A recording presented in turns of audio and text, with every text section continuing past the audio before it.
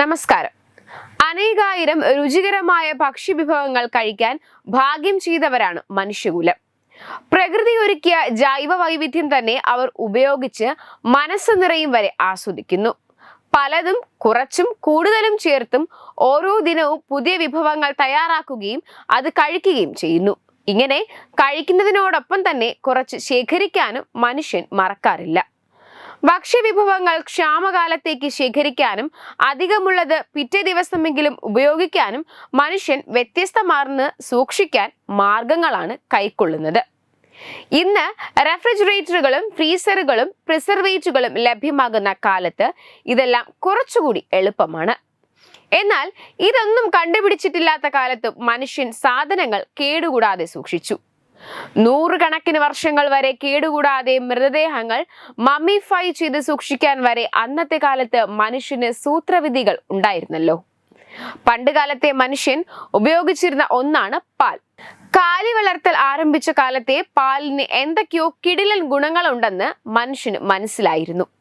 പാൽ പുളിക്കാതെ സൂക്ഷിക്കുന്നതിനുള്ള ഒരു പുരാതന റഷ്യൻ രീതി പിന്തുടരുന്നു. ഒരു തവളയെ പാലിന്റെ ബക്കറ്റിൽ ഇട്ടുകൊണ്ടാണ് ഇത് അവലംബിച്ചിരുന്നത്. റഷ്യൻ ബ്രൗൺ തവളയുടെ ചർമ്മത്തിൽ ആന്റിബയോട്ടിക് പദാർത്ഥങ്ങളുടെ സമ്പത്ത് കാരണമാണ് പാൽ കേടുകൂടാതെ ഇരിക്കുന്നത്. ഫ്രിഡ്ജൊക്കെ കണ്ടുപിടിക്കുന്നതിന് മുൻപ് ചില ഗ്രാമീണ മേഖലയിലെ റഷ്യക്കാർ പലപ്പോഴും ജീവനുള്ള തവളകളെ, സാധാരണയായി ബ്രൗൺ തവളകളെ, പാൽപാത്രങ്ങളിൽ ജീവനോടെ ഇടാറുണ്ടായിരുന്നു അത്രേ. ഇത് പാലിന്റെ പുതുമ നിലനിർത്താൻ സഹായിച്ചിരുന്നു.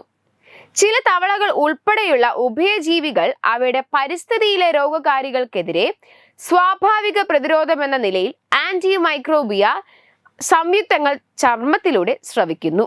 2012 റഷ്യൻ ശാസ്ത്രജ്ഞനായ ആൽബർട്ട് ലെബദേവും സംഘവും ഈ സ്രവങ്ങൾ പഠിക്കുകയും ബാക്ടീരിയയുടെ വളർച്ചയെ തടയുന്ന ആന്റിമൈക്രോബിയൽ പെപ്റ്റൈഡുകളെ തിരിച്ചറിയുകയും ചെയ്തു. ഈ സംയുക്തങ്ങളിൽ ആന്റിബയോട്ടിക് ഫലങ്ങളെ പെപ്റ്റൈഡുകളും ആൽക്കഹോളിഡുമായി പോലുള്ള പ്രകൃതിദത്ത പദാർത്ഥങ്ങളും ഉൾപ്പെടുന്നു. ഇത് പാൽ കേടാകുന്നത് മന്ദഗതിയിലാക്കാൻ സഹായിക്കും. എന്തൊക്കെയല്ലേ? വെബ് ഡെസ്ക് തത്വമൈ TV.